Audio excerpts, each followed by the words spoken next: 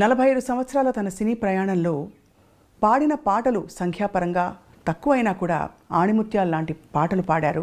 అన్ని బాణీలని స్పృశించారు.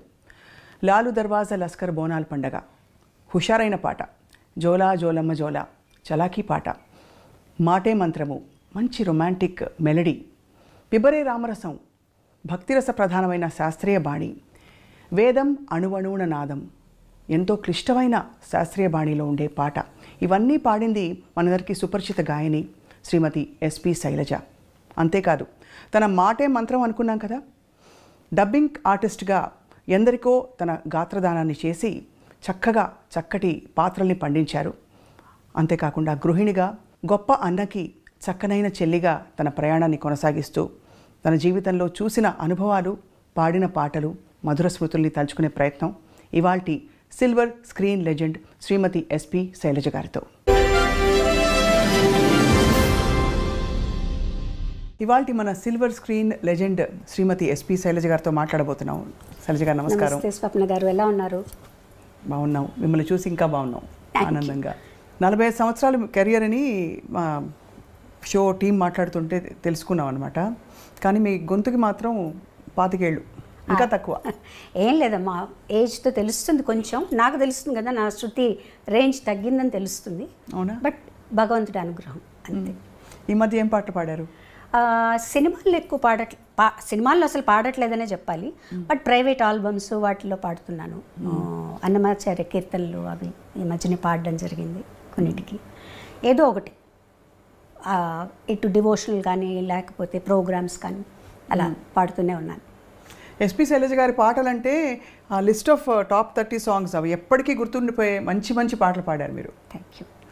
సో అంటే అవి యాదృచ్ఛికమా అలాంటి పాటలు మీకు రావడం, మీరు పాడాక వాటికి ఆ బరువు వచ్చిందని? అట్లా ఏం లేదు, నిజంగానే యాదృచ్ఛికం అనే చెప్పాలి. ఎందుకంటే నేను ఫీల్డ్లోకి రావడమే యాదృచ్ఛికం. నేను అసలు ఒక సింగర్ని అవుతానని, కానీ ఇంట్లో కూడా పెద్ద ఎక్స్పెక్టేషన్స్ ఎవరికీ లేవు. బట్ మా మదర్కి మటుకు ఉండేదన్నమాట. అంటే మిగతా సిస్టర్స్ అందరూ మ్యూజిక్ నేర్చుకున్నారు ఇంట్లో. అవును. సో అమ్మకి ఏంటంటే ఒక్క పిల్లైనా ఒక్క పాట పాడితే బాగుండే సినిమాలో అని. బట్ నాన్నగారేమో కొంచెం స్ట్రిక్ట్గా ఉండరు. ఆడపిల్లలు పెద్దక్కలందరూ నేర్చుకున్నారు మ్యూజిక్. అంటే పాడకూడదా, సినిమాల్లో పాడకూడదా? అంటే స్టేజ్ మీద పాడటం కానీ అవన్నీ లేదు. కావాలంటే ఏదైనా కీర్తనలో పాడుకోండి, ఇంట్లో పాడుకోండి, ఏదైనా ఆరాధనోత్సవాలు జరుగుతాయి, త్యాగరాజ స్వామి, అక్కడ పాడుకోండి, అంతే. ఆ లెవెల్లో ఆలోచించేవారు నాన్నగారు. అమ్మకి ఏంటంటే అన్నయ్య పాడుతున్నారు కదా ఆల్రెడీ, ఒక్క అమ్మాయి ఒక్క పాట పాడితే చాలు నాకు అని ఆవిడ ఆశ. సో నా దగ్గరకు వచ్చేటప్పటికి ఏమైందంటే కొంచెం సడలింపు వచ్చింది. అంటే స్కూల్ ద్వారా వచ్చింది. స్కూల్లో కాంపిటీషన్స్లో పాడటం, ప్రైజులు రావటం. అవును. సో అమ్మ అది బాగా ఎంకరేజ్ చేసేవారు. అంటే కాంపిటీషన్స్ వరకు నాన్న ఒప్పుకునేవారు, కానీ ప్రోగ్రామ్స్కి వెళ్ళటం, స్టేజ్ మీద పాడటం ఒప్పుకునేవారు కాదు. నాన్నగారికి తెలియకుండా పంపించేవారు అమ్మ. నేను కూడా అది పెద్ద సీరియస్గా తీసుకోలేదు. ఏదో పాడుతున్నాను తెలుసు, పాటలు నేర్చుకోవడం ఇష్టం. పెద్ద మనకి వెసులుబాటు కూడా ఉండేది కాదు. అంటే టేప్ రికార్డర్స్ అలా కాకుండా నేను రేడియోలో వినడం, అక్కయ్య దాన్ని నాకు చెప్పడం, రాసుకోవటం, అట్లా నేర్చుకున్నాను నేను. ఎలాంటి పాటలు అప్పుడు నేర్చుకునేవి? అప్పుడు ఎక్కువగా సుశీల్ గారి పాటలే. అసలు రేపల్లె వేచను, రాధకు నీ వేర ప్రాణం, ఇవన్నీ అన్నమాట. నీ దయ రాధ, పూజలో సాంగ్స్ అన్నీ సుశీల్ గారి పాటలు, అందరి పాటలు నేర్చుకునేదాన్ని. ఒక పెద్ద చేంజ్ ఏంటంటే అప్పుడు యాదోంకి బారాత్ రిలీజ్ అయింది. ఆ పాటలు అసలు ఎక్కడికో తీసుకెళ్ళిపోయాయి. ఇలా కూడా చేంజ్గా ఉంటుంది పాటలు. అంతే తప్పించి నేను సినిమాల్లో పాడాలి అనే ఉద్దేశం అయితే నాకు లేదు. అంటే అనుకున్నా మహా అయితే ఒక పాట పాడతానేమో, అంతే. చదువు మీద, కాంపిటీషన్స్ మీద, వీటి మీదే జాస్ ఉండేదన్నమాట. తర్వాత స్పోర్ట్స్లో ఉండేదాన్ని నేను. నేను ఖోఖోలో స్టేట్ సెలెక్ట్ అయ్యాను అనమాట. సో వాటి మీద ఇంట్రెస్ట్ ఉండేది. అవి ఎప్పుడు ఆంక్షలు లేవా ఆడపిల్లలు స్పోర్ట్స్ ఆడడం ఏంటి? అది కూడా అంటే మాది ఆడపిల్లల స్కూలే కదండి, ఓన్లీ అబ్బాయిలతో ఏం లేదు, అమ్మాయిలతోనే, ఆడపిల్లల స్కూల్స్తోనే కాంపిటీషన్స్ ఉండేవి. అందుకని నాన్నగారు దానికి ఏమనేవారు కాదు. సెలెక్షన్స్ అప్పుడు మటుకు కొంచెం భయపడ్డారు. ఏలూరులో సెలెక్షన్స్ అయింది, స్టేట్ సెలెక్షన్స్. అప్పుడు ఎలా పంపించాలి అని టీచర్లు అందరూ వచ్చి, పర్వాలేదు మేము తీసుకెళ్తామని చెప్పి జాగ్రత్తగా తీసుకెళ్లారు. మా కజిన్స్ ఉన్నారు ఏలూరులో, అక్కడే ఉండాలి అని అన్నీ చెప్పి మొత్తానికి సెలెక్ట్ అయ్యాను నేను. ఆంధ్ర నుంచి నేను ఒక్కదాన్ని స్టేట్ సెలెక్షన్లో నెల్లూరు డిస్ట్రిక్ట్ నుంచి నేను సెలెక్ట్ అయ్యాను అనమాట. అంత ఖోఖోకి. సరే అప్పుడు యాక్చువల్గా ఇంకా నేను నేషనల్ సెలెక్షన్కి వెళ్ళాలి. సో అదే టైంకి నాకు ఫస్ట్ పాట పాడే ఛాన్స్ వచ్చింది. ఆట కాదు పాట అని పాట దీంట్లోకి వచ్చాను అనమాట. అట్లా జరిగింది. అది కూడా నేను ఒక్క పాట పాడతానని అనుకున్నా. మళ్ళీ వెనక్కి వచ్చేస్తాను, 9th స్టాండర్డ్ ఫినిష్ చేయాలి, 10th చదవాలి, చదువుకోవాలి అనే ధ్యాస, ఆటల మీద ధ్యాస ఎక్కువ ఉండేది. అలా వచ్చిన దాన్ని ఇక్కడ స్థిరపడిపోయాను. అప్పట్లో మీరు పాడుతున్నప్పుడు అన్నయ్య మీ పాట విని ఎలా స్పందించేవారు? కరెక్ట్ చేసేవారా? నాన్నగారు కరెక్ట్ చేసేవారా మీ పాటని? గమకం ఇలా వనాలమ్మా, లేకపోతే ఇది ఇంకా ఈ శృతిలో ఇలా పాడాలని చెప్పి? కానీ నాన్నగారు పెద్దగా ఏ కరెక్షన్ అంటే అంతగా వినేవారు కాదు. అప్పట్లో ఏదన్నా వస్తే రేడియోలో రావటం, లేదంటే మేము రికార్డ్ చేసుకొని చెన్నై నుంచి నెల్లూరు వెళ్ళి నాన్నగారికి వినిపించడం మేము వెళ్ళినప్పుడు అలాగే జరిగేదన్నమాట. సో అన్నయ్య మటుకు చెప్పేవారు. నేను పాడిన వేరే పాటలు కూడా విని ఎక్కువగా నాకు నా మీద సుశీల్ గారి ఇన్ఫ్లుయెన్స్ ఉండేది విపరీతంగా. ఆ స్పష్టత తెలుస్తుంది పలుకులో, చాలా ఉండేదన్నమాట. సో ఎప్పుడు నన్ను హెచ్చరిస్తూ ఉండేవారు అన్నయ్య, నువ్వు సుశీల్ గారి లాగా పాడావంటే మటుకు ఉండలేవు ఇండస్ట్రీలో.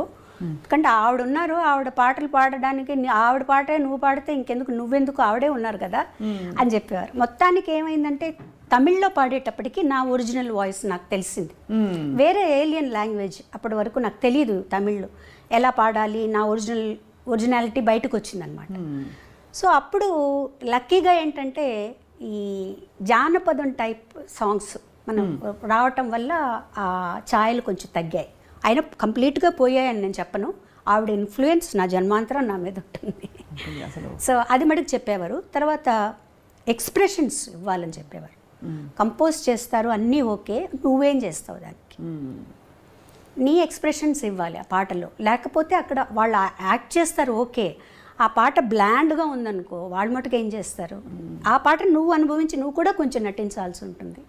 ఈ రకంగా చెప్పి, లేకపోతే మొట్టమొదటి పాటలు వింటే చాలా స్ట్రెయిట్గా బ్లాండ్గా ఉంటాయి పాటలన్నీ. కానీ అప్పట్లో అంత ఇన్సిస్టెన్స్ కూడా తక్కువ ఉండేది కదా. అంటే మనకి ఉదాహరణకి లీల గారి పాటలు, తర్వాత సుశీలమ్మ, జానకమ్మ, ఆ జనరేషన్లో కొంచెం ఎక్స్ప్రెషన్ ఎక్కువ వచ్చింది. కానీ అంతకుముందు ఇలాంటి ఎక్స్ప్రెషన్ అయితే లేదు, వేరే విధంగా. ఎందుకంటే అది డ్రామాల నుంచి వచ్చారు కదండి, స్టేజ్ నుంచి వచ్చారు. అవును, వాల్యూమ్ ఎక్కువ. అవును, వాల్యూమ్ మీదే ఉండేది పాట అంతా, వాళ్ళకి భావం మీద తక్కువ. ఒక రకంగా భావం మనకి ఆ భావం రావాలి అంటే ఘంటసాల గారు, జానకి గారి దగ్గర నుంచే వచ్చింది ఆ భావాన్ని తీసుకొచ్చి. సుశీల్ గారి వాయిస్కి భావం అక్కర్లేదు అసలు, ఆవిడ గొంతుకు అలాగే ఏ భావమైనా పలికేస్తుంది అనమాట. సో వాటి నుంచి నెమ్మదిగా దాటుకుంటూ ఎలా దాటుకోవాలి, మైక్ సెన్స్, మైక్ వాయిస్ని ఎంతలా ఉపయోగించుకోవాలి, మైక్ ముందు ఎలా పాడాలి, స్టేజ్లో మైక్ ముందు ఎలా పాడాలి, ఇవన్నీ వీళ్ళందరినీ చూసి నేర్చుకున్నాను. మీరు పాడే టైంకి కూడా ట్రాక్ సిస్టమ్ ఉండిందా, లేక కొంత నేను ట్రాక్స్ లేదండి, ట్రాక్ లేదు, లైవ్. అంటే సింగిల్ టేక్ ఆర్టిస్టులు అందరూ కలిసి వాయించడం అంతే. మళ్ళీ ఒక తప్పు చేస్తే అందరూ వాయించారు. చాలా కష్టం అంటే అది ఆ స్కూల్ అలవాటు అయిపోయిన తర్వాత మిగతా చాలా ఈజీ అనిపిస్తాయి. ట్రాక్ పాడడం ఈజీ అనిపిస్తుంది. ఎందుకంటే అక్కడ చాలా జాగ్రత్తగా ఒక 30 పీస్ ఆర్కెస్ట్రా ఉందనుకోండి, పక్కన కో ఆర్టిస్ట్ ఇంకో చోటుకి వెళ్ళాలనుకోండి, ఇవన్నీ దగ్గర పెట్టుకోవాలి మనం. సో ఆ స్ట్రెస్ కూడా ఉంటుంది. అమ్మో నేను తప్పు చేస్తే అంత ఆగిపోతుంది, అన్నీ మొదటి నుంచి మొదలు పెట్టాలి అని చెప్పి చాలా జాగ్రత్తగా. బట్ మీరు బాగా గమనిస్తే వాటికి ఉండే ఏమంటారు ఆ క్లారిటీ, ఆ పాటల్లో ఉండే క్లారిటీ మీకు ట్రాక్ సిస్టమ్స్ అవన్నీ వచ్చేసాక అంత క్లారిటీ లేదు చూడండి. అవును, అది డెఫినెట్గా ఉంటుంది. తర్వాత పోటీ ఉంటుంది, పాడాలి, ఇంకా ఇంప్రూవ్ చేయాలి, పక్క వాళ్ళు ఏం పాడుతున్నారు, వాళ్ళు ఎలాంటి ఎక్స్ప్రెషన్స్ ఇస్తున్నారు, మనం ఎలాంటివి ఇవ్వాలి అనే పోటీ. మీరు వసంత గారు కలిసి పాడారు కదా అప్పుడు పాట, ఫస్ట్ సాంగ్ అదే. ఫస్ట్ సాంగ్ మీరు కలిసి, యాక్చువల్లీ మీరు హైదరాబాద్ వస్తే మళ్ళీ మిమ్మల్ని తిరిగి కాంపిటీషన్కి వచ్చాను హైదరాబాద్కి, all India some singers competition. మన చిత్తరంజన్ గారే దానికి జడ్జిగా వచ్చారు. ఆ రోజు పాడేసి లక్కీగా నేను వసంత ఇద్దరం పాడేసి ట్రైన్ ఎక్కాము. ఇద్దరు కలిసి పాడారా? లేదు, తను ఒక సాంగ్ నేను ఒక సాంగ్. తనకు ఫస్ట్ ప్రైజ్, నాకు సెకండ్ ప్రైజ్ వచ్చింది ఆ కాంపిటీషన్. తనేమో రారయ్య పోయిన వాళ్ళు అని గాజులకి స్టైల్లో ఒక పాట పాడింది. నేను ఏం పాడానో నాకు అంతగా గుర్తులేదు, రాధకు నీవేర ప్రాణమే పాడాను అనుకుంటానండి. సో అది పాడిన తర్వాత మధ్యాహ్నానికి మాకు అప్పుడు ఫోన్లు ఎవరింటికో తెలిసిన వాళ్ళ ఇంటికి ఫోన్ చేసి అన్నయ్య పిల్లలిద్దరిని ట్రైన్ ఎక్కించి మార్నింగ్ కల్లా చెన్నైలో ఉండేటట్టు చేయమన్నారు అనమాట. సో ఆ కాంపిటీషన్ పాడి ట్రైన్ ఎక్కి వచ్చేసాం. అది 1977 1977 13th ఫిబ్రవరి 14th ఫిబ్రవరి పాడామని. అబ్బా, గూస్ బంప్స్ వస్తున్నాయి మీరు చెప్తుంటే. అంటే అంతకాలం క్రితం. సో అప్పుడు లలిత సంగీతం బాగా ప్రాచుర్యంలో ఉంది. అవునండి. విడిగా నేర్చుకోవడం అలా ఉండిందండి? అంటే లలిత సంగీతం అవన్నీ ఏదైనా మంచి పాటలు ఉన్నాయి. ఇప్పుడు కచేరీలు చేసేటప్పుడు అప్పుడు లలిత సంగీతం కూడా పాడేవాళ్ళు. సినిమా పాటలతో పాటు లలిత సంగీతాలు పాడేవాళ్ళం, అందరూ పాడేవాళ్ళు, కో సింగర్స్ అందరూ. సో ఆ లెక్కగా నేర్చుకున్నాను అనమాట కొన్ని పాటలు. ఒక్క పాట గుర్తు చేసుకోగలుగుతారా? ఒక పల్లవి లలిత సంగీతమా? మీ ఇష్టమైన పాట. లలిత సంగీతం ముఖ్యంగా ఎందుకంటే అది మనకి తరచుగా వినిపించదు. ఇది యాక్చువల్గా నేను పాడే ఈ లలిత సంగీతం ఏంటంటే చాలా ప్రాచుర్యం పొందింది, కానీ ఎవరు రాశారు, ఎవరు కంపోజ్ చేశారని తెలియదు. మా సిస్టర్ రాసింది, తనే కంపోజ్ చేసింది అనమాట. ఇది అప్పుడు డీడీలో వచ్చింది, నేను అన్నయ్య గారు పాడేటప్పుడు అన్నమాట. నిన్ను పిలిచాను వెదకి అలిశాను, అయినా కానరాకున్నావు నీవు. నిన్ను పిలిచాను వెదకి అలిశాను, అయినా కానరాకున్నావు నీవు. మురళిని మ్రోగించు జాలిని చూపించు, మురళిని మ్రోగించు జాలిని చూపించు, లాలించి పాలించి కరుణ చూపించు, నన్ను లాలించి పాలించి కరుణ చూపించు. నిన్ను పిలిచాను వెదకి అలిశాను, అయినా కానరాకున్నావు నీవు. మీరే గుర్తుపెట్టుకున్నారు చక్కగా. ఎంత చక్కటి పాట, ఎలా మర్చిపోతామండి ఈ పాట. మేము పెరుగుతున్నప్పుడు ఈ పాటలన్నీ కూడా వినికిడి మీద చాలా ఇష్టమైన, ఇప్పటికీ ఈ మధ్యలో కూడా టెలికాస్ట్ అవుతుంది. నిత్య సంతోష్ గారు ఫోన్ చేశారు, అది ఎవరు రాశారో కొంచెం చెప్తారా లిరిక్స్ అంటే, మా సిస్టర్ ద్వారా పంపించామన్నమాట అది. సో అలా పాట ప్రయాణం మొదలై మీరు పాటకే ఖోఖో కాదని చెప్పి ఇటు మళ్ళీపోయారు. ఖోఖోని మిస్ అయ్యారా కొంచెం? అయ్యో వెళ్ళి ఆడాలి. డెఫినెట్గా స్కూల్ మిస్ అయ్యాను నేను. అంటే 9th మధ్యలోనే వచ్చేసాను. వచ్చేసిన తర్వాత ఇంకా ఒక తమిళ్లోకి వచ్చేసిన తర్వాత కొంచెం తమిళ్లో ఎక్కువ బిజీ అయిపోయాను నేను. సో అప్పుడు 9th మధ్యలో ఆపేసి రావాల్సి వచ్చిందనమాట. తర్వాత 10th ప్రైవేట్గా రాసి చదివాను. బట్ ఆ స్కూల్ అట్మాస్ఫియర్, కాలేజ్ అట్మాస్ఫియర్ ఇవేవి తెలియవు నాకు.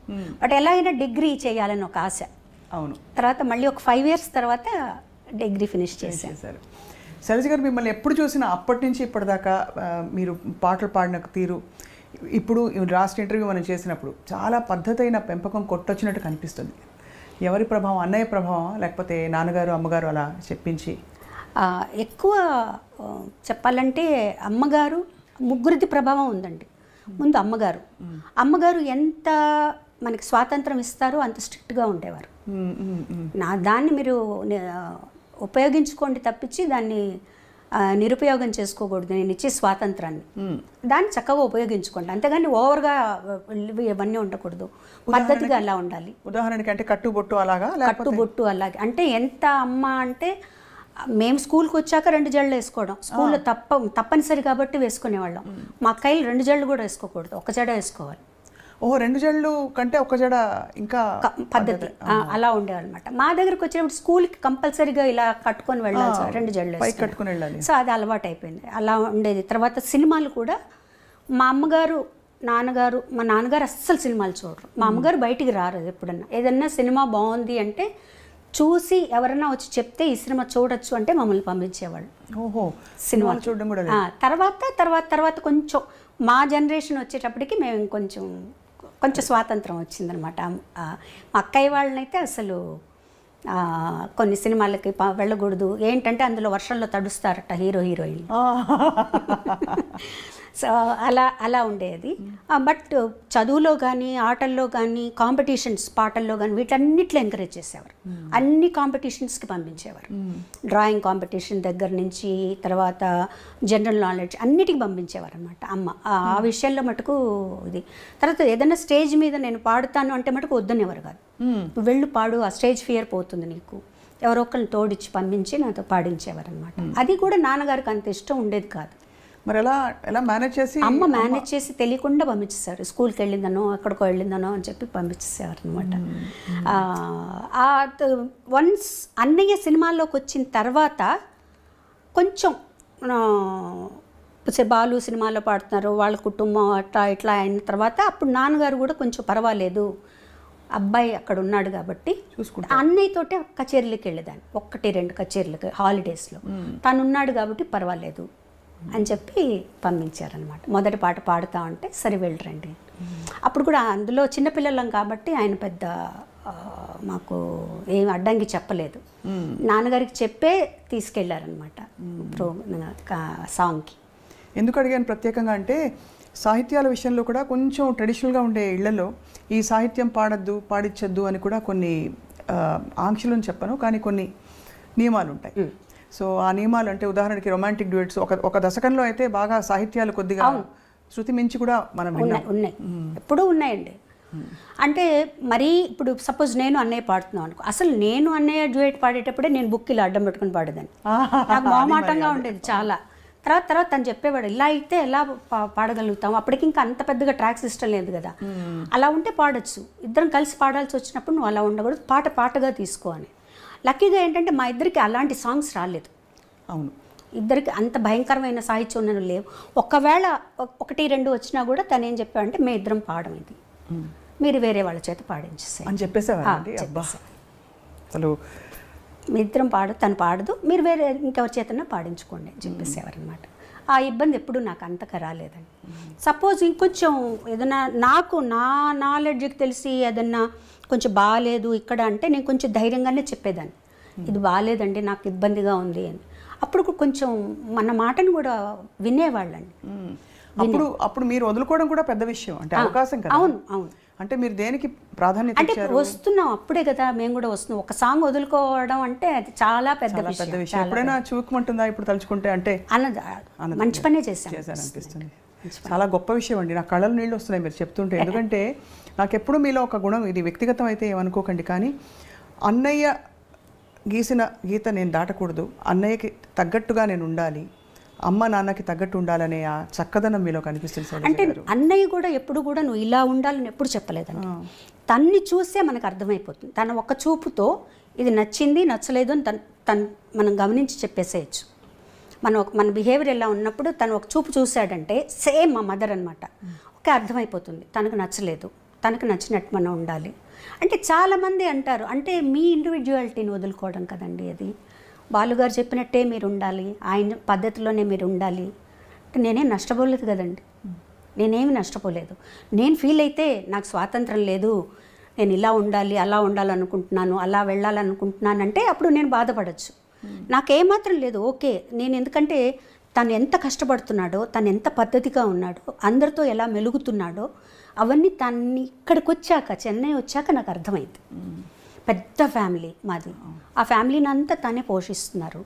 అలాంటప్పుడు తను ఎంత పద్ధతిగా ఉండాలి, ఎంత వర్క్ చేయాలి, డే అండ్ నైట్ వర్క్ చేసేవాడు. తను పిల్లలతో స్పెండ్ చేయలేదని అదని ఇదన్నీ అన్నా కూడా ఇంత ఫ్యామిలీ గడవాలి అంటే తను పిల్లలతో స్పెండ్ చేస్తే అవ్వదు. నేను ఆ ఫీల్డ్లోకి వచ్చిన తర్వాత ఇవన్నీ నాకు అర్థమయ్యాయి మోర్ దెన్, ఎందుకంటే మిగతా వాళ్ళందరికంటే కూడా నేను తనతో ఎక్కువ స్పెండ్ చేశాను. సో నాకు అప్పుడు అర్థమైంది తను నలుగురితో ఎలా ఉంటారు, ఏమన్నా ఏ ప్రాబ్లమ్స్ ఉన్నా అవి ఇంటి దగ్గర. వన్స్ స్టూడియోకి వచ్చేసాక అసలు కంప్లీట్గా బాలసుబ్రహ్మణ్యం ఆ పాటకు చేంజ్ అయిపోతాడు అంతే. సో ఇవన్నీ కూడా ప్రొఫెషనల్గా మనం ఇలా ఉండాలి, ఈ పద్ధతిలో ఉండాలి, మనలో అనవసరంగా ఒక మాట మనం మాట్లాడకూడదు, మన గురించి ఇంకొకళ్ళు మాట్లాడకూడదు అంతే. ఆ పద్ధతి అట్లా అలవాటైపోయింది తనతో ఉండి.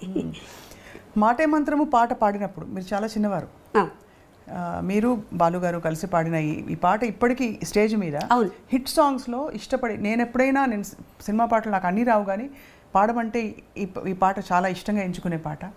ఆ పాట పాడినప్పుడు అంత అలవోకగా, అంత పవిత్రంగా, బ్యూటిఫుల్ మెలడీ, అది రొమాన్స్ పలికించడం కూడా అంత అందంగా ఎలా పాడారండి? యాక్చువల్గా మొదట తమిళ్లో వచ్చిందండి అది. తమిళ్లో ఇళయరాజా గారు, జెన్సీ గారు పాడారు, సింగర్ జెన్సీ గారు ఉండేవారు తమిళ్లో, ఆవిడ పాడారు. ఆ పాట విన్నప్పుడు నేను చాలా ఇన్స్పైర్ అయ్యాను. ఎంత బాగుంది ఈ సాంగ్, అసలు బ్యాక్గ్రౌండ్స్ కానీ సాంగ్ కానీ ఇట్లాంటి పాటలు పాడే అదృష్టం దొరుకుతుంది అన్నప్పుడు సీతాకోకచిలకలో ఇవాళ రికార్డింగ్ ఉందని వెళ్ళిన తర్వాత ఆ ట్యూన్ వినిపించగానే నాకు అసలు చాలా ఆనందం వేసేసింది అనమాట. ఈ పాట మనం పాడాలనుకున్నాం, మనకు వచ్చింది ఈ పాట అని. ఆ బ్యాక్గ్రౌండ్స్ మీరు ఇప్పుడు కాదు ఇంకో 10 సంవత్సరాల తర్వాత విన్నా కూడా అండి మనల్ని ఎక్కడికో తీసుకెళ్ళిపోతాయి. అప్పుడు ఇలా చేశారా, ఇంత మంచి బ్యాక్గ్రౌండ్స్ ఇచ్చారా, ఇంత ఎంత బ్యూటిఫుల్గా ఒక సాంగ్ కంపోజ్ చేశారా అనిపిస్తుంది. ఎన్నిసార్లు పాడినా, మీరు అన్నట్టు ఆ పాట ఎన్నిసార్లు పాడినా కూడా మనల్ని ఒక లోకల్లోకి తీసుకెళ్ళిపోతుంది. కానీ నేను అన్నయ్య కూడా ఇద్దరం చాలా ఎంజాయ్ చేస్తూ ఆ పాటని చాలా అందంగా రావాలి పాట అని ఒక తపంతో పాడాం నిజంగా. ఆ పైకి వెళ్ళిన ఆ 2 లైన్లు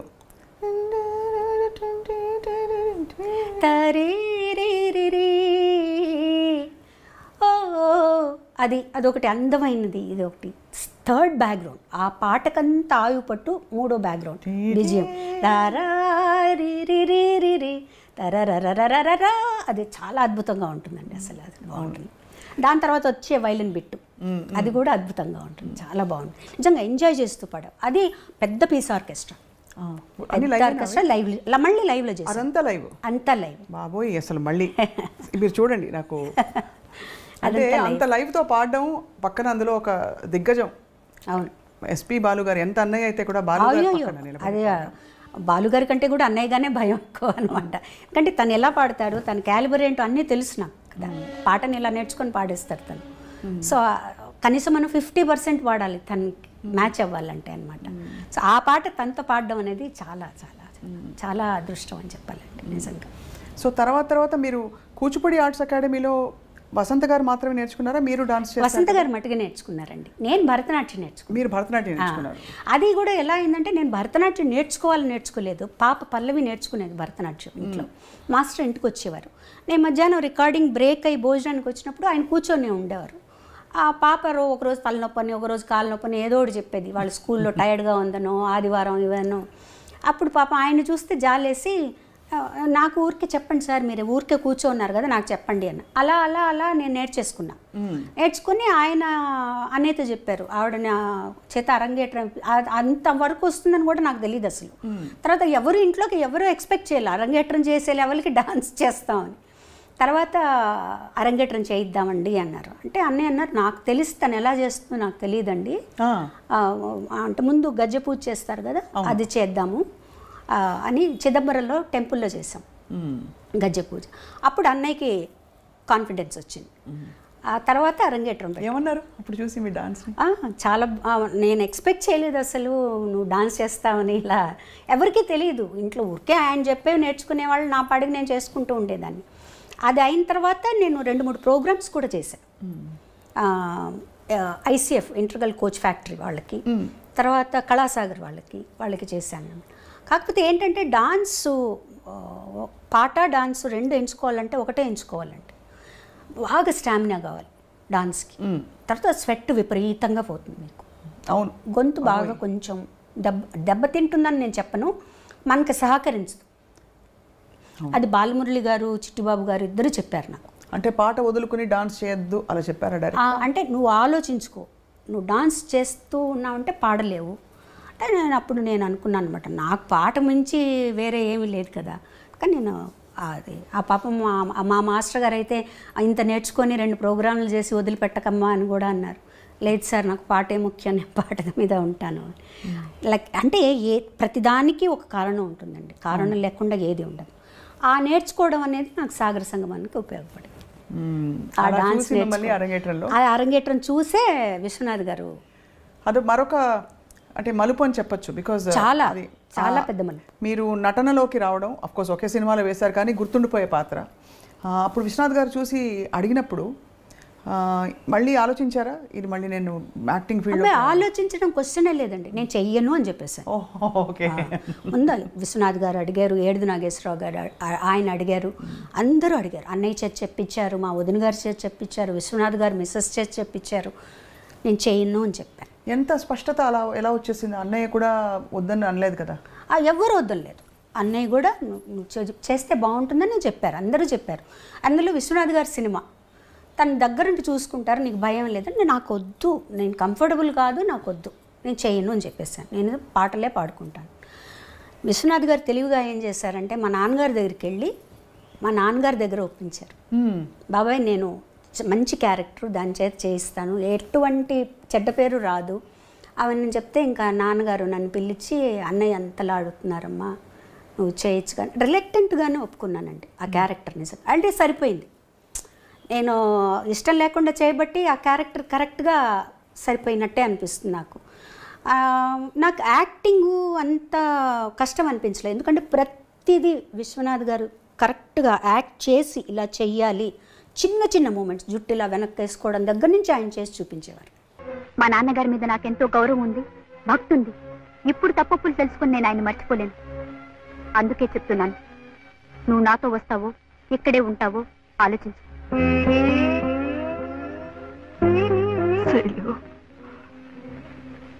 నువ్వు ఇంకా చిన్న పిల్లవే అనుకున్నాను. చాలా ఎదిగిపోయావమ్మా.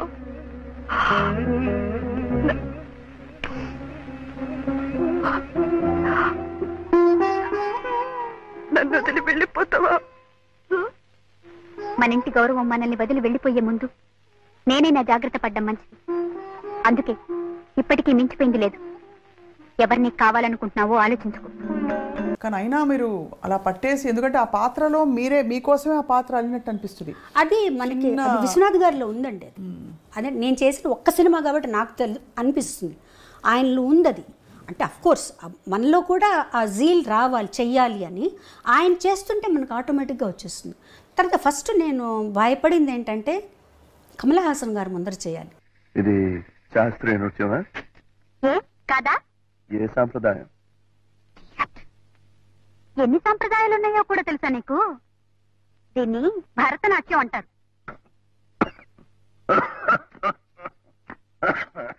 అమ్మో, అది నాకు అసలు నాకు వచ్చే ఆయన చెప్పినట్టు ఏదో కోతులు అవి గెంతులు వేస్తున్నట్టు, భూతాలు దయ్యాలు అన్నట్టు ఆ నా డాన్స్ సినిమా డాన్స్కి సరిపోదు. ఎందుకంటే సినిమా డాన్స్లో అన్నీ మిక్స్ అవుతాయండి. కథక్ అన్నీ మిక్స్ చేస్తారు.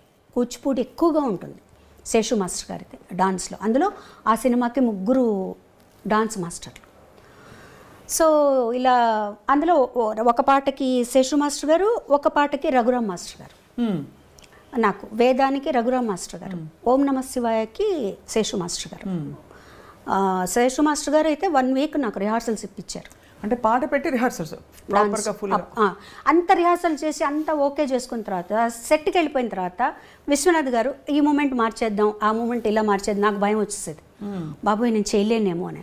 కానీ చేయించారు, బాగా చేయించారు. నీకేం భయం లేదు, నువ్వు టైం తీసుకో అని. బట్ డాన్స్ కొంచెం కష్టపడ్డాను, కానీ నటన మటుకు విశ్వనాథ్ గారు చెప్పినట్టే చేశానండి. ఆయన ఎలా చెప్తే అలా చేశాను.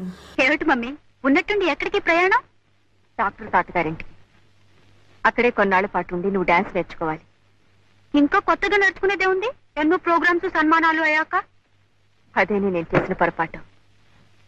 పాకడం కూడా సరిగ్గా రాని పాప పరిగెత్తుతానంటే సరే అన్నాను. ఓహో, అయితే కొత్తగా నడకలు నేర్పే గురువు గారు అక్కడే ఆ ఊళ్ళోనే ఉన్నారన్నమాట. అవును. ఎవరు? బాలకృష్ణ గారు. వాట్?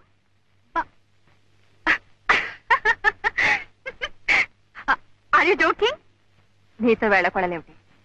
కానీ టైం అయింది. నో, నన్ను గురించి అంత చండాలంగా రాసిన తర్వాత నేను వాడి దగ్గర శైలు, బాలకృష్ణ గారు నీకు గురువు గారు.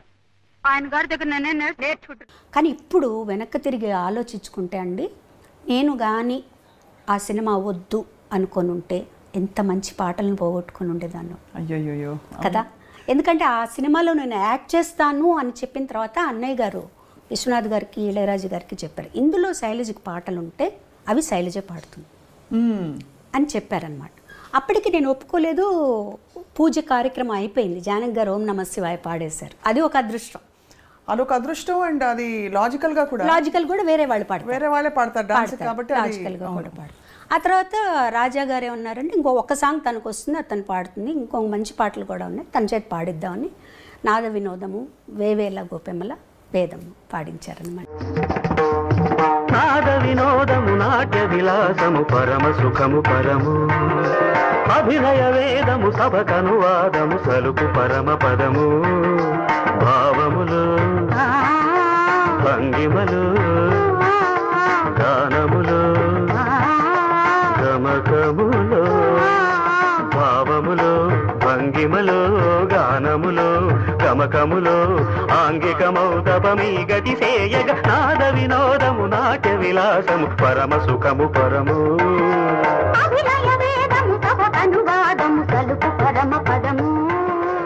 ఎంత బ్యూటిఫుల్ సాంగ్స్ బ్యూటిఫుల్ సాంగ్స్ నిజంగా. ఐ థింక్ రాబోయే 50 సంవత్సరాలు అసలు ఏమాత్రం ఇది ఇప్పుడే పుట్టిన పాటలాగా పాడుకుంటున్నారు. ఇప్పుడు కూడా అంతే కదండి. అవును.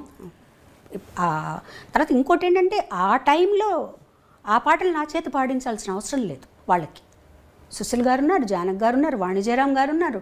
ఇంతమంది ఉన్నప్పుడు నా చేత ఇప్పుడు నేను పాడింది అనుకోండి, నా చేత పాడించవచ్చు. మిగతా పాటలు కూడా నా చేత పాడించాల్సిన అవసరం లేదు. అంత మంచి సాంగ్స్ వచ్చాయి నాకు. అసలు సాగర సంగమం అంటే నాకు ఆ సాంగ్స్ కోసమే నేను తర్వాత ఆలోచించుకున్నాను. యాక్టింగ్ అన్ని పక్కన పెట్టేద్దాం. అండ్ అది కూడా రికార్డింగ్కి వెళ్ళినప్పుడు మీరు ఇబ్బంది పడి భయపడ్డారు, మళ్ళీ నేర్చుకుని ప్రాక్టీస్ చేసుకురా. వేదం సాంగ్ అలాగే అయింది. అంటే అన్ని లైవ్ సాంగ్, వేదం లైవ్గా తీసామండి. లైవ్ అక్కడికి వెళ్ళి నేర్చుకున్నాం. అక్కడికి వెళ్ళి అప్పుడే నేర్చుకుని అప్పుడే పాడడం. అది స్వరం నేర్చుకున్నామండి. ఫస్ట్ మేము స్వరం చెప్పారు నాకు అసిస్టెంట్ గారు. ఏం చేస్తారంటే మా స్వరం పాడాలి, మీరు స్వరం నేర్చుకోమంటారు. నేను స్వరం పాడడం ఎప్పుడు ఈజీ, అకారం కంటే కదా. స్వరం పాడేశాను. మానిటర్లో విని ఇళయరాజా గారు అన్నారు, స్వరం కాదు నాకు ఆలాపన కావాలి అన్న. రావట్లేదు ఆ ఫాస్ట్నెస్కి ఆలాపన. నేను చాలా టెన్షన్ పడిపోయాను. అన్నయ్య వేరే చోటుకి వెళ్ళాలి, వాళ్ళు ఇంత మంచి పాట ఇచ్చారు, పాడుతా అసగం భయం. అప్పుడు ఇళయరాజా గారు ఒక పని చేయి, నువ్వు స్వరం ఆయన అర్థం చేసి నువ్వు స్వరం పాడేసేయి, రేపు మార్నింగ్ వచ్చి నైట్ అంతా ప్రాక్టీస్ చేసి మార్నింగ్ వచ్చి ఆలాపన పాడు. ఆ బిట్ ఆలాపన పాడేసేమన్నారు. నైట్ అంతా ప్రాక్టీస్ చేసి మార్నింగ్ వెళ్తే ఎంత సులభంగా అనిపించిందో అసలు. అంటే నేను అడిగాను, ఏంటి సార్ నిన్న రాలేదు ఇవాళ ఎట్లా వచ్చిందంటే, సాధనమ్మా అంతే, నిన్న టైం లేదు నీకు పట్టుకోవడానికి, రాత్రంతా ప్రాక్టీస్ చేసో సాధన ఉంటే ఆటోమేటిక్గా వస్తుంది.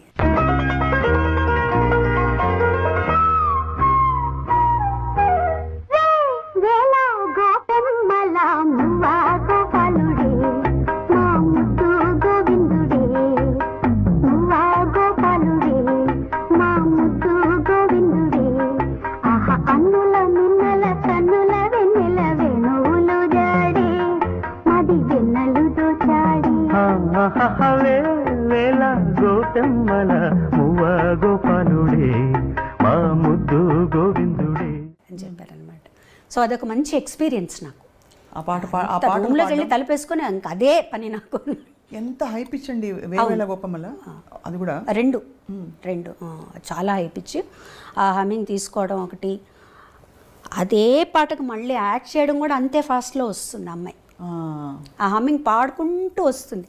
అవును, అది ఒక టెన్షన్ నాకు డాన్స్లో ఆ పాటకి. అది మీరు యాక్ట్ చేస్తున్నప్పుడు ఎంత యాక్టింగ్ మీద ఆ షాట్ మీద దృష్టి ఉన్నా నా పాట వినిపిస్తోంది అనే ఒక మధ్య మధ్యలో ఇక్కడ ఎక్కడన్నా ఏమన్నా తప్పులు పాడానా సింగర్కి తప్పదుగా, ఎప్పుడు తప్పకుండా ఉంటుంది. ఎన్ని పాడినా ఎంత చేసినా మళ్ళీ అక్కడ ఆ టెన్షన్ ఉంటుంది మనకి.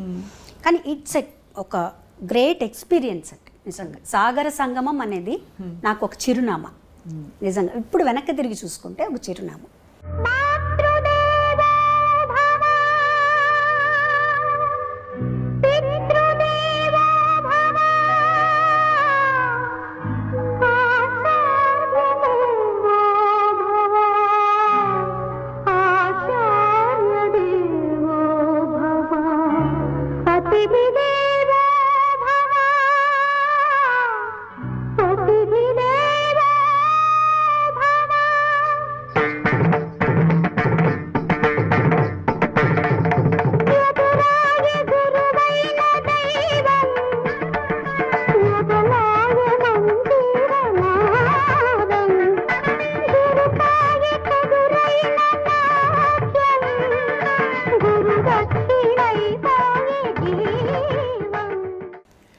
ఈ టైంకి యాక్చువల్లీ అంటే మామూలుగా మనకి మన జీవితం గురించి ఒక ఐడియా ఉంటుంది, మనం ఇలా ఉండాలి, ఇలా ఇది అవ్వబోతున్నా నేను అని. ఆ పాటకి మీకు మైండ్లో బాగా సెట్ అయిపోయి ఉంటుంది. అంటే మీరు సింగర్ అయిపోయారని, అప్పటికే చాలా పాటలు పాడారు, but singing is my life and my career అని ఆ క్షణం ఏ క్షణంలో మీకు అర్థమైంది? ఊరికే ఒకటి అర పాటలు వస్తూ అవకాశాలు వస్తూ పాడడం అది ఓకే, బట్ నేను పాట కోసమే పుట్టాను, పాట మాట నాకు అని చెప్పి ఎప్పుడు అర్థమైంది?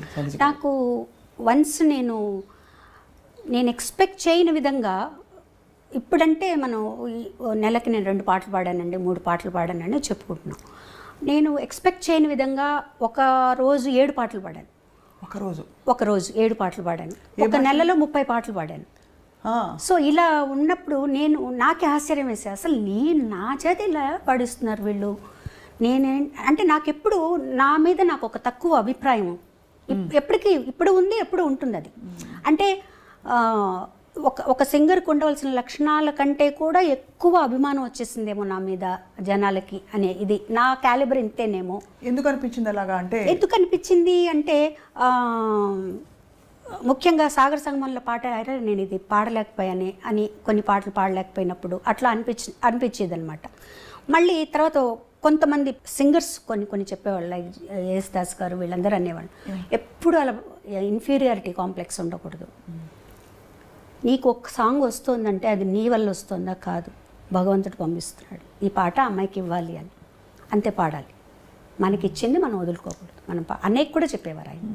అన్నయ్య కూడా ఇదే ఆలోచనలో ఉండేవారు. నాకు రావాల్సిన దానికంటే ఎక్కువ వచ్చేసిందేమో, పేరు ప్రఖ్యాతులు, నేను ఇంకా సాధన చేయాలేమో, ఇవన్నీ ఉండేవి అనమాట. ఆయన చెప్పేవారు ఎప్పుడు అలా అనుకోవద్దు, మీకు ఈ పాటలు ఎందుకు వస్తున్నాయి, వాళ్ళు ఏమైనా ఊరికే పిలిచి మీరేమైనా వాళ్ళకి ఏమైనా లంచాలు ఇస్తే వస్తున్నాయా? రావట్లేదు కదా. వాళ్ళు తలుచుకొని పాట తలుచుకోగానే మీ పేరు గుర్తొస్తుంది. ఇంతమంది సింగర్స్లో మిమ్మల్ని మీ పేరు ఎందుకు గుర్తొస్తుంది? ఈ పాట మీది అట్లా అనుకోండి. ఆ తర్వాత నేను తమిళ్లో చాలా బిజీ అయిపోయాను. தமிழ்ல என்னென்ன பாடிருக்கீங்க? நிறைய பாடிருக்கேன் தமிழ்ல. எனக்கு தமிழ் பாட்டு ரொம்ப தெரியாது, மன்னிச்சிடுங்க. ஏதாவது ஒரு నా మొదల పాడియ ఫస్ట్ పాడిన పాట ఇళయరాజా గారిది ఎలా జరిగిందంటే, ఆయన ఆడిషన్కి పిలిచారు నన్ను. పిలిచి ఆయన ఇన్ఛార్జి శ్రీనివాసన్ గారు ఉండేవారు. అన్నయ్యకి కూడా ఆర్కెస్ట్రాకి అతనే ఇన్ఛార్జ్. అతను వెళ్ళి చెప్పారనమాట ఇళయరాజా గారితో, ఇట్లా బాలు సిస్టర్ కచేరీలో పాడుతోంది, ఎందుకంటే రాజా గారు కూడా అన్నయ్యతో కచేరీలో పాడారు కదా, పాడుతోంది, నువ్వు పాడిస్తే బాగుంటుందేమో అంటే బాగుంటుంది కానీ బాగాలేదు అనుకో, అప్పుడు నేను పాడించకపోతే బాలు ఏమన్నా అనుకుంటాడేమో, తను సరిగ్గా పాడలేకపోతే అని అన్నారట. అట్లా వద్దు, నువ్వు ఆడిషన్ చేయి, నీకు నచ్చితేనే పాడించు అన్నారు. మీకు కూడా ఆడిషన్? నేను హెచ్ఎంవికి వెళ్ళి కూడా ఆడిషన్ చేశానండి. మాకు కూడా ఏంటంటే అప్పుడు అందరికీ ఆడిషన్, మైక్ టెస్ట్ చేసేవాళ్ళు. ఈ వాయిస్ మైక్ సరిపోతుందంటేనే తీసుకునేవాళ్ళు. హెచ్ఎంవిలో చేశారు నాకు మా ఆడిషన్. తర్వాత ఏవిఎంలో రాజాగారు పిలిపించారు. పిలిపించి ఏదో పాట పాడమన్నారు, పాడాను. పాడిన తర్వాత ఒకటే మాట అన్నారు, రేపు ఉదయం రికార్డింగ్ వచ్చేసేయి అన్నారు. నాకు అసలు అర్థం కాలే తమిళగా. ఆయన అంటే ఈతను చెప్పారనమాట, రేపు మార్నింగ్ రికార్డింగ్ ఉందట, పూజ నువ్వు పాడుతున్నావు రమ్మన్నారు. నేను నాకు ఇళయరాజా గారని ఆయన పెద్ద అప్పటికే ఎస్టాబ్లిష్ అయిపోయారు. ఆయన సూపర్ హిట్ సినిమాలు వచ్చేసాయని, అన్నకిళి ఇవన్నీ. ఇంటికి రాగానే అందరూ ఏమైంది ఇంట్లో అందరూ అడిగితే, రేపు మార్నింగ్ రికార్డింగ్ పూజట, నన్ను రమ్మన్నారు సోలో సాంగ్ అంటే, ఓ మా చిన్నన్న అయితే నిజంగా అవును రా రేపు మార్నింగ్, నేను మామూలుగా రేపు మార్నింగ్ రికార్డింగ్ అట రమ్మన్నారు. రికార్డింగ్కి వెళ్ళాను. నాకు ఏమీ తెలీదు స్వప్న గారు, నిజంగా చెప్పాలంటే ఏమీ తెలీదు. ఒక పెన్ను చేతిలో పెట్టుకున్నాను రాసుకోవడానికి. వెళ్ళి అన్నయ్య ఏం చెప్పారంటే, నువ్వు ఒక ప్రొఫెషనల్ సింగర్గా రాణించాలంటే నీ పాటికి నువ్వు వెళ్ళాలి, నీ వెనకాల ఒకళ్ళు రావాలి, నన్ను దింపాలి, నన్ను తీసుకెళ్ళాలి, అట్లా లేదు, నేను అక్కడ దింపేస్తారు, నువ్వు వెళ్ళి పరిచయం చేసుకొని నువ్వు వెళ్ళాను.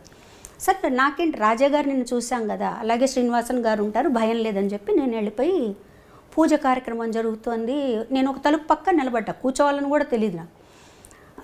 వాళ్ళందరూ ఇంకా సింగర్ రాలేదు అని అంటున్నారు, నా వైపు చూస్తున్నారు, వెళ్తున్నారు, కానీ నేను సింగర్ అని ఎవరికి తెలీదు, నేను చెప్పలేదు, నాకు తెలీదు వాళ్ళు ఏం మాట్లాడుతున్నారు. తర్వాత కాసేపు అయిన తర్వాత ఎవరో వచ్చి, పాప నువ్వు పాడుతావా, సింగర్వా? అవును, రామ్మా నీకోసం వెయిట్ చేస్తున్నారు రాజా గారు అని తీసుకెళ్ళారు.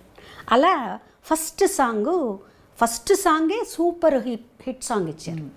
అది ఇచ్చిన తర్వాత ఆ పాట అయిపోయిన తర్వాత ఆయన అన్నమాట ఒకటే, ఈ గొంతు నాకు చాలు అన్నారు. అని మధ్యాహ్నం పాట నువ్వు నాతో డ్యూయట్ పాడతావా అని అడిగారు. తప్పకుండా అప్పటికి నాకు తెలిసింది రాజా గారు అంటే ఏంటి, ఇంట్లో వాళ్ళందరూ వాళ్ళ ఎక్స్పెక్టేషన్స్ ఎట్లా ఉన్నాయి, రెండో సాంగ్ కూడా పాడదామని పిలుస్తున్నారని, తప్పకుండా పాడతానండి అని అక్కడే ఉండి 2 సాంగ్స్ పాడి వచ్చానమాట. ఇంత చేసి మీరు ఇంత పాట వెనక, సరే నాన్నగారు చూసి చూడనట్టు కొంచెం ముందు ఎంకరేజ్ చేస్తూనే, నాన్నగారి దగ్గర డైరెక్ట్గా మీరు ఏమైనా పాట, హరికథ కానీ పాట కానీ నేర్చుకున్నారు? నాన్నగారు ప్రతి సంవత్సరం త్యాగరాజ ఉత్సవాలు చేసేవారండి నెల్లూరులో, ఆరాధనోత్సవాలు చేసేవారు. ఆయనకి మా అమ్మగారికి ఏంటంటే ఎప్పుడైనా సరే నేను కానీ అన్నయ్య కానీ లేకపోతే మా చిన్న చెల్లెలు కానీ హరికథ చెప్పాలి అని చాలా ఇంట్రెస్ట్గా ఉండేది. అన్నయ్యకి కూడా ఉండేది అది. నేను కొంచెం నేర్చుకున్నాను, కానీ నాకెందుకు కొంచెం సిగ్గు అనిపించేది హరికథ. కానీ నాన్న దగ్గరికి వెళ్ళి చెప్పాను, నాన్న నేను హరికథ చెప్పలేను, కానీ నాకు ఒకసారి ఒక 15 నిమిషాలు టైం ఇస్తే నేను పాడతాను అన్నాను. ఆయనకి చెప్పారు సినిమా పాటలంతా పాడకూడదు, త్యాగరాజ స్వామి కీర్తనలే పాడాలి అని. అట్లాగే నన్ను ఒక 3 కీర్తనలు నేర్చుకుని నేను పాడతాను, తప్పకుండా పాడతాను. అలా అప్పుడు కూడా ఏం చేశారంటే ఆయన 3 గంటల స్లాట్ ఇచ్చారు, చిన్నపిల్లలందరూ పాడే స్లాట్లో పాడించారనమాట. సో దానికి మా ఇంటి నుంచి అందరూ కథలు వచ్చి అదేదో నేను పెద్ద కచేరీ చేస్తున్నట్టు అనమాట. అమ్మ, కజిన్స్, సిస్టర్స్ అందరూ వచ్చి కూర్చొని విని మా అమ్మ నాన్నగారిని అడిగింది ఎలా పాడిందంటే, పర్వాలేదు ఆ 3 గంటలు ఆ పిల్లలకి దానికి కరెక్ట్గానే పాడింది, పర్వాలేదు ఇంకా సాధన చేయాలి అనేవారు. ముఖ్యంగా అలాంటి పాటలు ఏదన్నా నేను కాంపిటీషన్లో పాడుతున్నానన్నప్పుడు మటుకు దగ్గర కూర్చోపెట్టుకొని తాళం అది చెప్పి ప్రాక్టీస్ చేయించేవారు నాన్నగారు. మంచి పాటలు పాడుతూ ఒక్కసారి ఒక కాంపిటీషన్కి పెండ్యాల గారు జడ్జిగా వస్తున్నారు. సో అది చెప్పాము నాన్నగారికి, ఇట్లా పెండ్యాల గారు జడ్జిగా వస్తున్నారు, నేను పాడుతున్నా అంటే ఆషామాషి పాటలన్నీ పాడకూడదు, నువ్వు పాడితే మంచి పాట పాడు అంటే, నేను పూజలు పూలు తెచ్చాను పాడదాం అనుకున్నాను. వద్దు అంత సింపుల్ సాంగ్ పాడకూడదు, వచ్చేవారు ఎవరనుకుంటున్నావు పెండ్యాల గారు అంటే, అప్పుడు దాంట్లోనే నీ దయ రాదా తీసుకున్నాను అనమాట. అది కూర్చోబెట్టి పాడించి మా నాన్న తాళం వేయించి మొత్తానికి ప్రైజ్ వచ్చేసిందిగా, ఫస్ట్ ప్రైజ్. అబ్బో. సో ఆయన వచ్చి మాట్లాడి ఆశీర్వదించి తర్వాత ఆయన మ్యూజిక్ డైరెక్షన్లో పాడాను. సో నేను అప్పుడు ఆయనకు చెప్పాను అనమాట, గురువుగారు మీకు గుర్తుందో లేదో కానీ మీరు నెల్లూరు వచ్చారు, నేను కాంపిటీషన్లో పాడాను. అవునా తల్లి నాకు గుర్తులేదమ్మా, చిన్నదాని ఏంటో అప్పుడు అన్నారనమాట. సో అంత అసలు ఇవన్నీ ఎక్స్పెక్ట్ చేయనివ్వండి.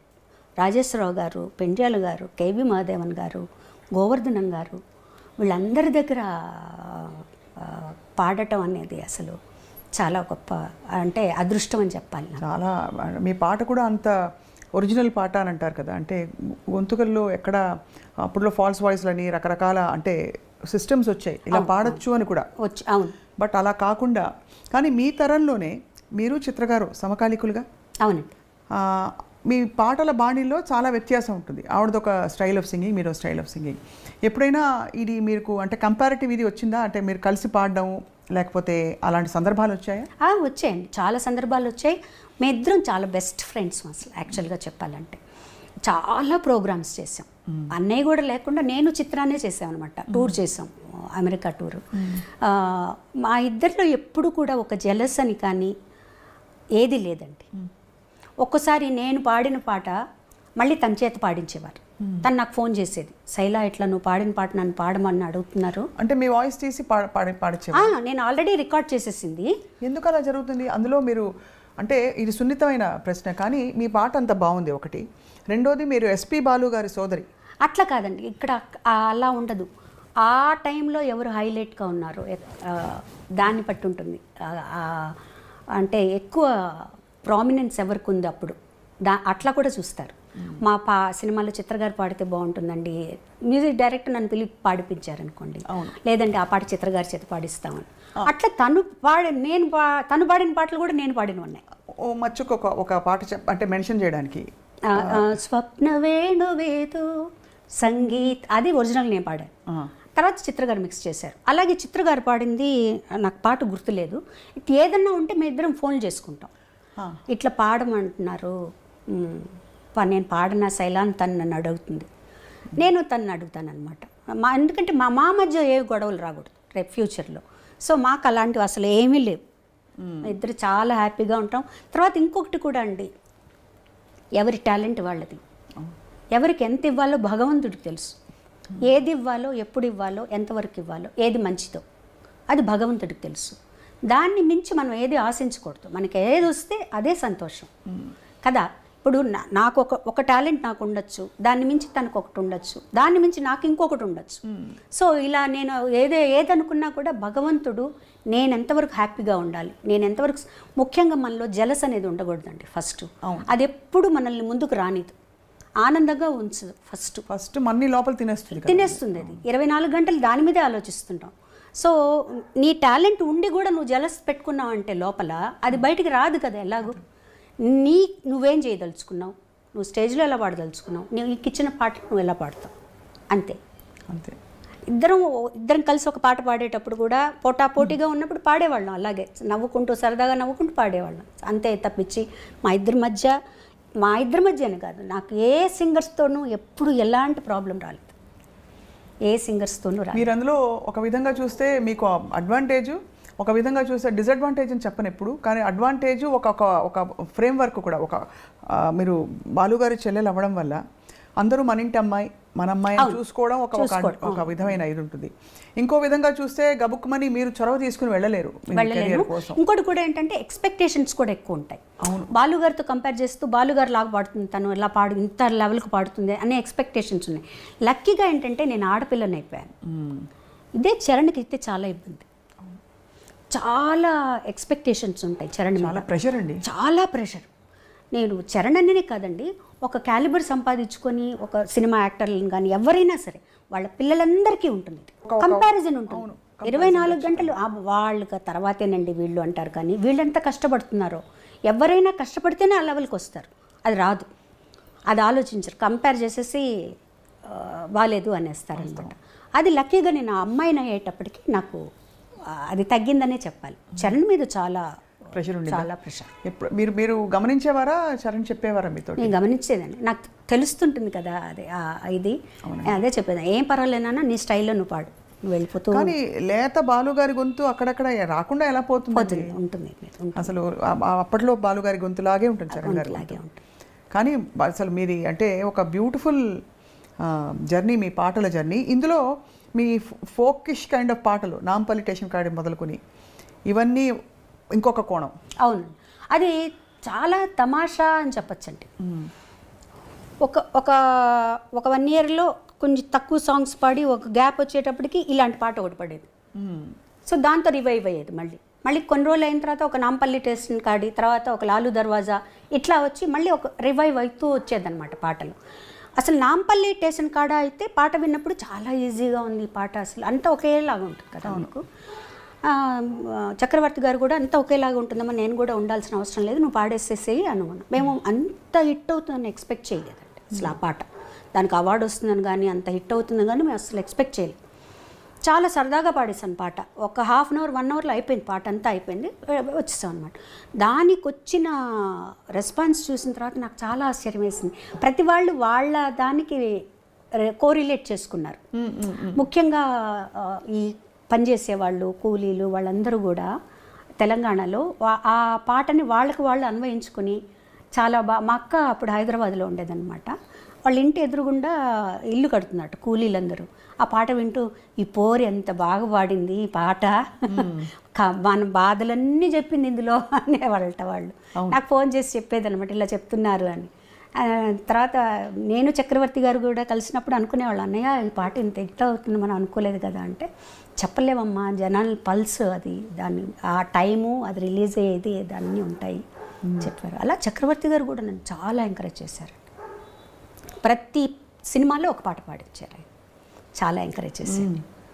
తిందామంటే తిండి లేదు, ఏదండి ఉందామంటే ఊరు లేదు, అదా, తిందామంటే తిండే లేదు, ఉందామంటే ఇల్లే లేదు, తిందామంటే తిండే లేదు, ఉందామంటే ఇల్లే లేదు, చేద్దామంటే కొలువు లేదు, పోదామంటే నెలవు లేదు, నాంపల్లి స్టేషన్ కాడి రాజాలింగు రాజాలింగ, రామరాజ్యం తీరు సూడు శివ శంభులింగ, లింగ రామరాజ్యం తీరు సూడు శివ శంభులింగ. అది మన మాదాల రంగారావు గారు అబ్బాయి యాక్ట్ చేశారు దాన్ని. అవును, మాదాల రవి గారు అవును యాక్ట్ చేశారు. తర్వాత టి కృష్ణ గారు కూడా అండి, చాలా మేమిద్దరం చాలా ఫ్రెండ్స్లా ఉండేవారు. యాక్చువల్గా చాలా విషయాలు మాట్లాడుకునేవాడు. ఎంత ఏజ్ గ్యాప్ ఉన్నా ఆయన చాలా విషయాలు చెప్పేవారు నాతో. ఆయన ప్రతి సినిమాలో ఒక పాట పాడించేవారు. ఎన్నో విషయాలు మాట్లాడుకునేవాళ్ళం, పాటల గురించి, తర్వాత ఈ రెవల్యూషనరీ సాంగ్స్ గురించి, అవి ఎలా పాడాలి, ఎవరెవరు పాడుతున్నారు, ఇవన్నీ చాలా చెప్పేవారు ఆయన. చాలా మంచి ఒక ఫ్రెండ్షిప్ ఉండేది మా ఇద్దరికి అన్నమాట. వారు లేకపోవడం అనేది చాలా చాలా చాలా బాధేస్తుంది నాకు. వాళ్ళు వెళ్ళిపోయిన అసలు మాటల్లో ఏం చెప్తామండి అంటే నిజం అనుబంధం ఉన్నప్పుడు.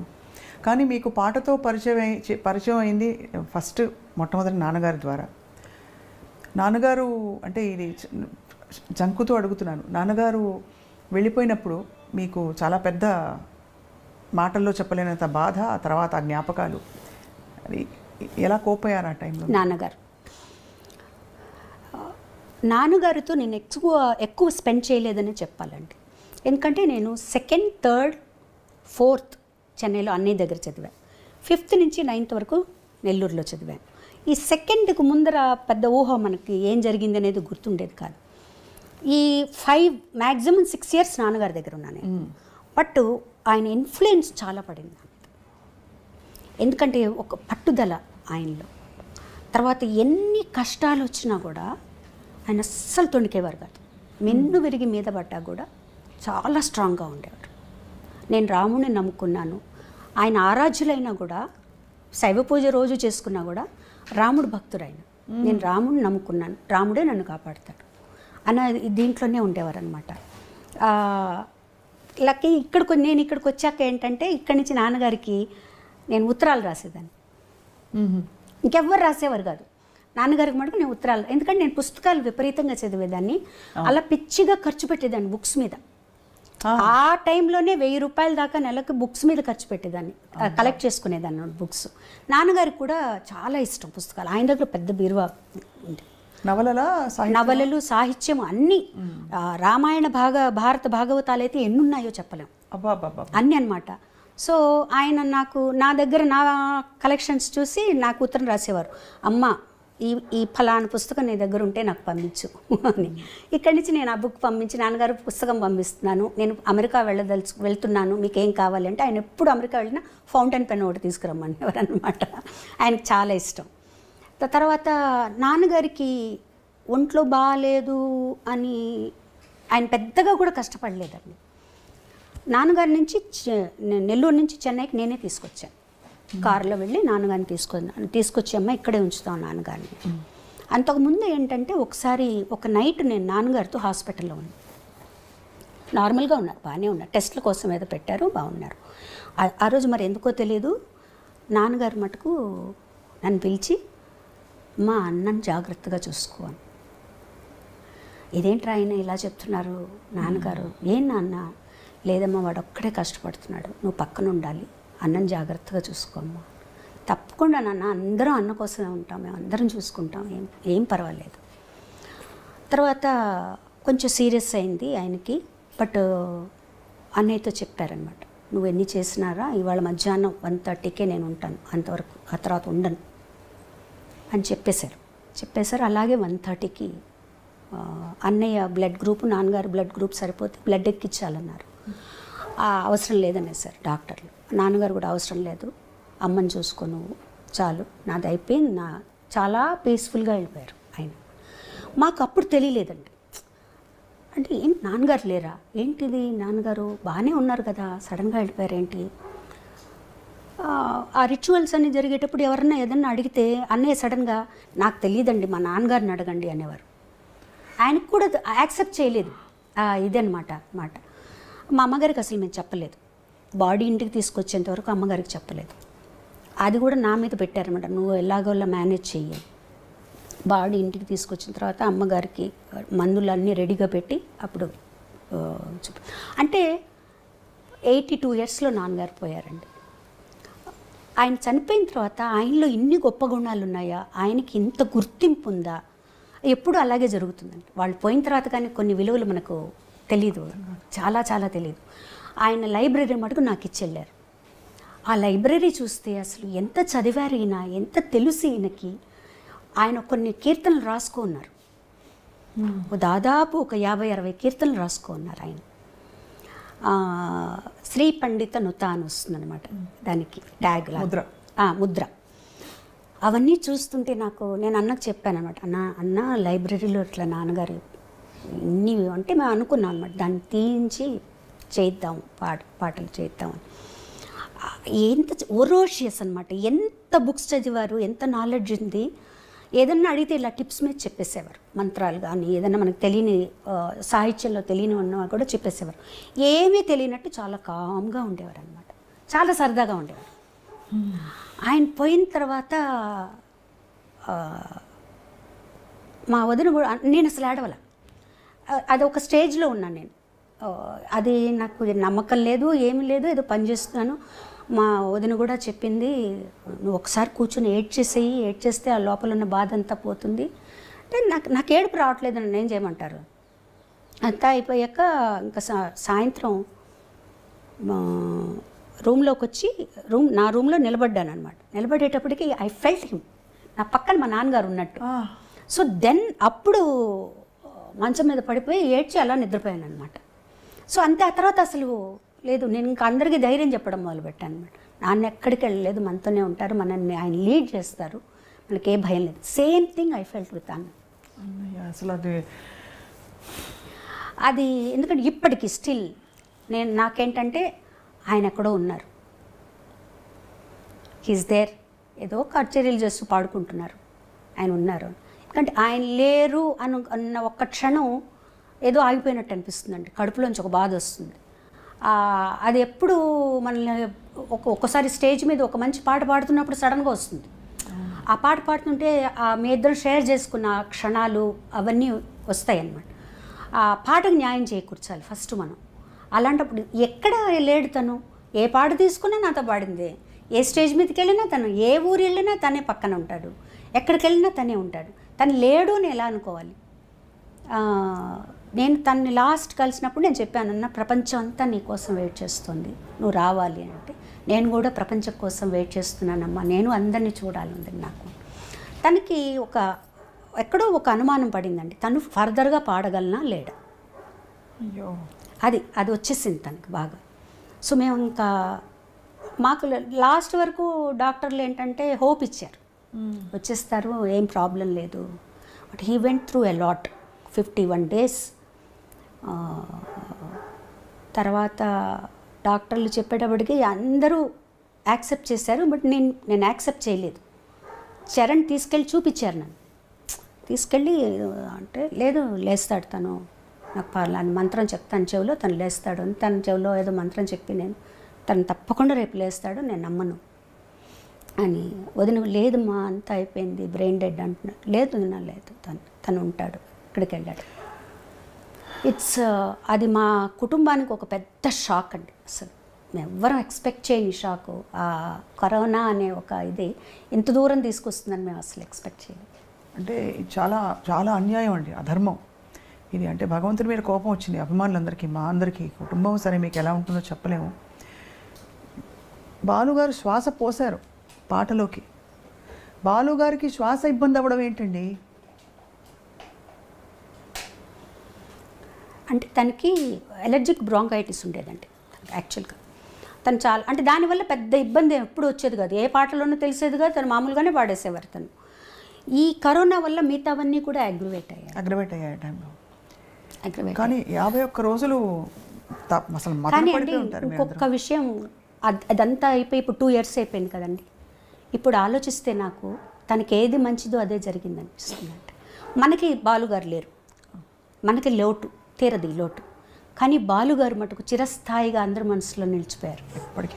బాలుగారు 100 ఏళ్ళు బతికి ఏ బెడ్లోనే ఉండి పాటలు పాడలేక తన బెడ్లో ఉంటే మనం ఎంత కష్టపడతామండి ఆలోచించండి. తను గుర్తుపెట్టుకునే విధంగా తక్కువ వెళ్ళిపోయారు. అరే ఇంకా ఉంటే బాగుండు, ఈ వ్యక్తి మనతో ఉంటే బాగుండు, ఇంకా ఎన్ని పాటలు పాడచ్చు, ఈయన ఇంకా ఎంత చేయొచ్చు అనే స్థితిలో మనల్ని అందరినీ పెట్టి వెళ్ళిపోయారు తను. ఈ మర్చిపోవడం అంటూ మనకు ఉండదు.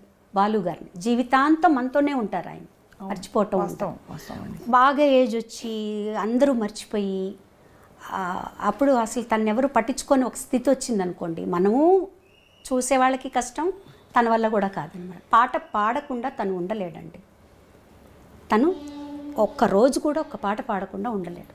తను ఎప్పుడూ డాక్టర్లు లోపలికి వచ్చినా ఇలా పెట్టి నేను పాడతానని అనేవాడు. ట్రైకాస్టమీ చేసినప్పుడు ఎప్పుడు మళ్ళీ తీసేస్తే నేను పాడతానా అన్నీ అడుగుతూ ఉండేవారు అనమాట. సో డాక్టర్స్ ఏమన్నారు, ఒక 2 years బెడ్ రెస్ట్ కావాలి తనకి, ఇంట్లో బాగా అయిపోతే బాగా హాస్పిటల్ అట్మాస్ఫియర్ ఇంట్లో ఉండాలి అని చెప్పారు. అప్పటికే అంత. కానీ ఆ వీడియో ఇప్పటికీ కూడా మనసులో అలా మెదులుతుందండి. అవునండి, చెప్పేసి వస్తాను తిరిగి వస్తానని చెప్పి మాకు అందరికీ కూడా చెప్పారు, మీరు ఊరికే కంగారు పడి ఫోన్లు చేయకండి, వచ్చేస్తాను, నేను జస్ట్ ఊరికే పాజిటివ్ అని వచ్చింది, అక్కడ జాయిన్ అయ్యాను నేను, అంతే తప్పించి ఏం ప్రాబ్లమ్స్ లేవు. 15 days వరకు అలాగే. 15 days తర్వాత కోవిడ్ నెగిటివ్ వచ్చింది. ఆ తర్వాత ఒక్కొక్కటి ఇబ్బంది పెట్టేసింది. So it's what ever it is అండి, హీఈస్ దేర్ ఫర్ అస్. ఆయన ఎప్పుడు మా వెనకాల ఉంటాడు. నేను చరణ్తో అందరితో అదే చెప్తాను, నా అన్న మనతోనే ఉంటారు, ఆయన మనల్ని లీడ్ చేస్తారు.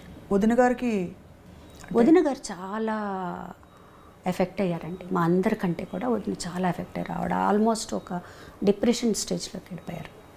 ఇప్పుడు కొంచెం బెటర్, అంటే చాలా ఆరోగ్యపరంగా కూడా బాగా దెబ్బతిన్నారు ఆవిడ.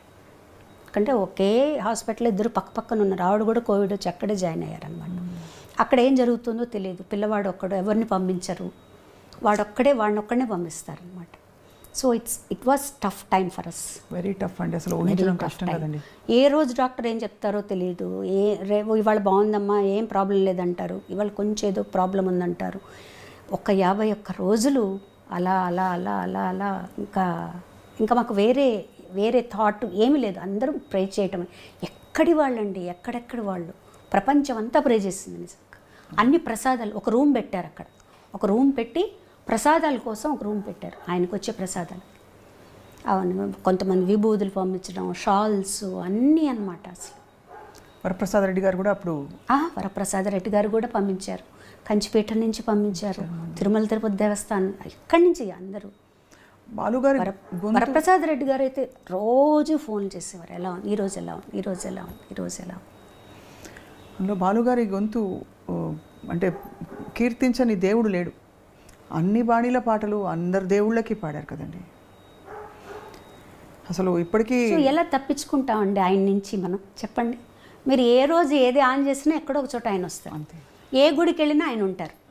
సో ఆయన నుంచి మనం తప్పించుకోవడం అంటూ ఏం లేదు, ఆయనతో కలిసి బతకడమే మన పని, అంతే. అలా అనుకుని సంతోషపడాల్సిందే. అలాంటి వ్యక్తులు చాలా రేరు, కారణ జన్ములు వాళ్ళు, అంతే. అంతకంటే మా అన్నయ్య గురించి నేనేం చెప్పలేనండి. సత్యం అండి. మీరు భౌతికంగా చివరిసారి ఎప్పుడు కలిశారండి? తేదీ గుర్తుందా మీకు? తేదీ తను September 25th చనిపోయారు.